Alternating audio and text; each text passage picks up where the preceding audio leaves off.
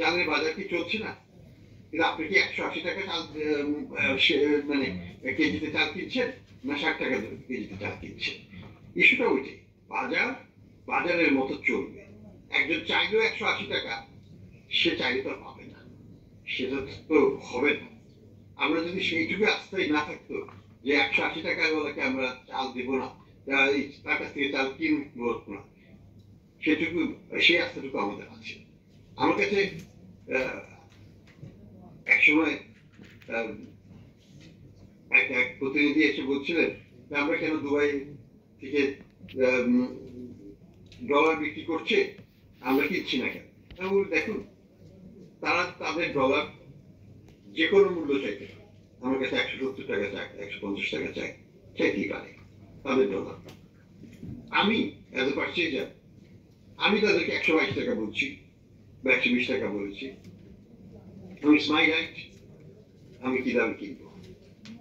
তো চাইলেই তো হবে না, বাজারের একটা ভিত্তি থাকতে হবে, বাজারের একটা পরিস্থিতি আছে যেটার ভিত্তিতে তারপরে নির্ধারিত হবে। এটা আমি চিন্তিত নই যেটা 150, 140, 160 হয়ে যাবে। এটা মোটামুটি যেখানে আছে তার আশেপাশেই থাকবে, এটাই আমাদের প্রত্যাশা।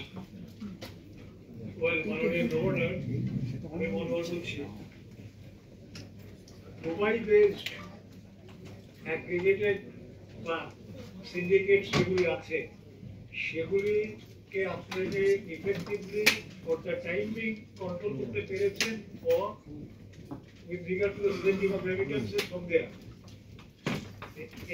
এই বর্তমান যে স্টেবিলিটিটা আসছে এটা কতদিন নাগাদ চলতে পারে বা আপনারা কনসাস বা সজাগ আছেন কি না যে তারা নতুন কোনো পন্থা বের করে আবার এখানে রেমিটেন্স ফ্লোটা কমাতে পারে কিনা, আবার লোকাল মার্কেটে ডলারের দাম বাড়াতে পারে? ধন্যবাদ। আসসালামু আলাইকুম। মনোহরের সাথে কথা একটা বিষয়টা সংযুক্ত করতে চাই মনোহরের সাথে, সেটা হলো আপনি এখন দুবাইতে আছেন বড় একটা টিম নিয়ে, এগ্রিগেটরদের সাথে আপনাদের ওখানে কোনো মিটিং হবে কিনা বা কোনো ধরনের মেসেজ ওখান থেকে আপনারা নিয়ে আসবেন কিনা? ধন্যবাদ। প্রথমে আমি বলবো যে বাংলাদেশের এক্সচেঞ্জের বাংলাদেশের মার্কেটে ঠিক হবে, আমাদের ইন্টারব্যাংক মার্কেটে এক্সচেঞ্জের ডিটারমিনেশন হবে দুবাইতে। দুবাই ওয়ালাদের হ্যাঁ তাদের কিছু পারচেজিং পাওয়ার আছে, তারা কতদিন হোল্ড করতে পারবে? ম্যাক্সিমাম 5 থেকে 7 দিন, কারণ ডলারের টাকা দিয়ে দিতে হচ্ছে তাদেরকে। তারপর থেকে টাকাটা পাবে কোথা থেকে? ডলার তো তারা কিনেছে, এক্সচেঞ্জে টাকা দিতেই হবে তাদের, না দিতে পারবে না, কারণ তাদের এক্সপোজারটা তারা বেশি দিন রাখতে পারবে না। আমরা মনে করি অযৌক্তিক কোনো দামে কারো কাছ থেকে ডলার কেনার কোনো প্রয়োজন নেই, যথেষ্ট সরবরাহ আছে বাজারে। বাজারে যদি 100 চালের দাম 60 টাকা হয়, আপনি কেন 70-80 টাকা দিয়ে কিনবেন? আপনি দেখবেন 61 টাকা, 60 টাকা, 59 টাকা, 60 টাকা 50 পয়সা এরকম এই মধ্যে বাজারে পাই যান। তো ডলারটাও তাই রিজনেবল দামেই পাওয়া যাবে। আমরা যেটা বলবো ব্যাংকগুলোকে বলেছি যে আপনারা শপ অ্যারাউন্ড করুন, নিজেদের মধ্যে কেনা বেচা করুন। ওই এগ্রিগেটর কি করলো না করলো একটা ট্রেড আমাকে এখনই করতে হবে তা নয়, আমি সেটা কালকে করতে পারবো। বড় ট্রেড হলে পরে বাংলাদেশ ব্যাংকের কাছে আসবেন, আমরা সেটাকে সহায়তা করবো, সেটা কিভাবে ট্যাকেল করা যায়, হয় আরেকটা ব্যাংকের কাছে কিনে আপনারা সেটা পেমেন্ট করবেন, ইন্টারব্যাংক মার্কেটটাকে ডেভেলপ করবেন, এটাই আমাদের কাম। আমরা মনে করি পর্যাপ্ত সরবরাহ থাকলে স্পেকুলেটরদের কোনো আপার হ্যান্ড থাকবে না। তবে একটা জিনিস আমরা বলবো, সবকিছু আলটিমেটলি ডিটারমিন্ড হবে ইকোনমিক ফান্ডামেন্টাল। বাংলাদেশের ডলারকে স্থিতিশীল রাখতে হলে আমাকে ম্যাক্রো ইকোনমিক স্টেবিলিটি রাখতে হবে, ব্যালেন্স অফ পেমেন্টকে একটা পর্যায়ে রাখতে হবে যেটা সাস্টেইনেবল, ফাঞ্জিবল। দ্বিতীয়ত হচ্ছে আমার এক্সপোর্টের গ্রোথ থাকতে হবে, আমার রেমিটেন্সের গ্রোথ থাকতে হবে, এবং আমার ইম্পোর্ট বাড়বে কিন্তু সংযতভাবে। সব কিছুকে যদি আমি ব্যালেন্স করতে পারি, এটাকে ইমব্যালেন্স এক্সচেঞ্জের হবে না, এক্সচেঞ্জেরটাও একটা স্থিতিশীলতার ভিতরে থাকবে। এবং এটা আমরা দেখলাম গত 7 মাস 8 মাস আমরা কি দেখলাম, এটা সম্ভব।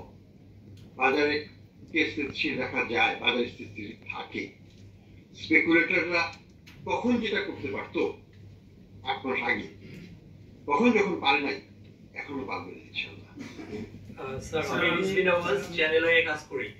স্যার আমার 2-3টা প্রশ্ন। এক নম্বর হচ্ছে স্যার আপনি এই সপ্তাহ দুয়েক আগে নিউ ইয়র্কে বলেছেন, ঢাকাতেও বলেছেন একাধিকবার যে আমরা আইএমএফ এর এইটুক টাকা দরকার নাই, এটা ছাড়া চলতে পারবো। তো হঠাৎ করে কি পরিবর্তন হলো আমাদের অর্থনীতিতে যে এটা আমাদের এখন খুব দরকার হয়ে যাচ্ছে স্যার? এটা একটা।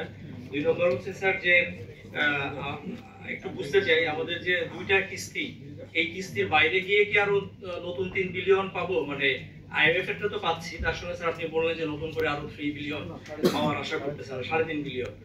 এটা একটু স্যার একটু ক্লিয়ার যদি স্যার করেন।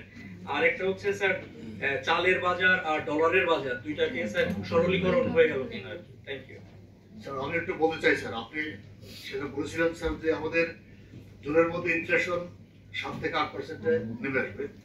তো এখন এই যে নতুন যে সিস্টেম, এখানে কি ইনফ্লেশন কি 7 থেকে 8 এর মধ্যে আসবে বলে আপনি আশা করেন? Thank you sir. দেখুন, ইনফ্লেশন নিয়ে আমার প্রত্যাশা এখনো একই আছে। এখন ইনফ্লেশন আছে 9.1। এটা 7 থেকে 8 এর মধ্যে আসতে পারে, বেশি দূর নাই।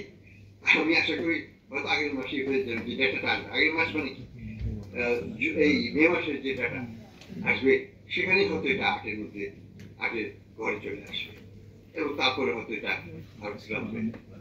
জুলাইয়ের ডাটা যখন আসবে তখন আমরা একটা ভালো কিছু পাবো। এবং জুলাই তো শেষ নয়, আমি মনে করি যে আগামী বছরের এই সময়ের আগেই আমাদের ইনফ্লেশন হয়তো 5%-এর নিচে আমরা নিয়ে নিতে পারবো। এটি ইম্পর্টেন্ট। পৃথিবী জোড়া যদি মূল্যস্ফীতির হার 2 থেকে 4% মধ্যে থাকবে, বাংলাদেশে যদি আমরা উচ্চ মূল্যস্ফীতি রাখি 6, 7, 8, অ্যাকসেপ্টেবল আমার কাছে মনে হয় না। আমাকে যদি ডলারকে স্টেবল রাখতে হয়, আমাকে আমার মূল্য, টাকার মূল্যবান, টাকার ইনফ্লেশন দিয়ে তো টাকার মূল্যটা অবক্ষয় হবে।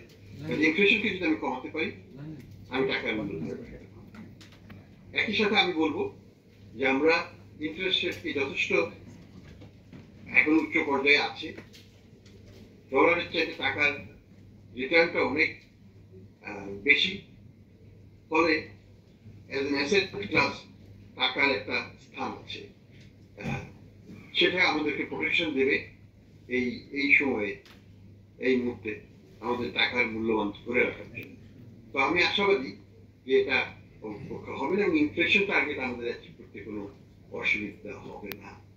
আরেকটা জিনিস যেটা হচ্ছে, হ্যাঁ, দুবাইতে আমি এসেছি, আমরা অনেকগুলো বিষয় নিয়ে এখানে বিভিন্ন স্টেক হোল্ডারের সাথে আলোচনা করছি। তার সাথে মানি চেঞ্জারদের সাথেও আলোচনা হবে, ব্যাংকার, করেসপন্ডেন্ট ব্যাংকারদের সাথে আলোচনা হবে, পটেনশিয়াল বিনিয়োগকারী যারা বাংলাদেশের ব্যাংকিং সেক্টরে বিনিয়োগ করবেন তাদের সাথে আলোচনা হবে।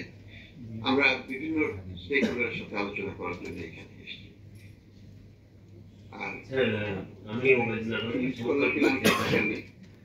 আমার একটা কোশ্চেন স্যার, লাস্ট এপ্রিলে আইএমএফ এর টিম এসেছিল বাংলাদেশে, তখন আপনারা কিন্তু এটা এগ্রি করেন নাই। এরপরে স্যার আপনারা যখন ওয়াশিংটন মিটিং করেছেন সেখানেও এগ্রি করেন নাই। তো এই 10-15 দিনে কি বাংলাদেশের অর্থনীতিতে কি চেঞ্জ আসছে স্যার, যদি একটু বলেন, যে কারণে আপনারা এখন এগ্রি করছেন, সেটা একটু কাইন্ড বলেছেন। স্যার আমার আরো 2টা প্রশ্ন ছিল, রনি এই একই রকম প্রশ্ন স্যার, আমার প্রশ্নগুলো একটু উত্তর দিয়েছে।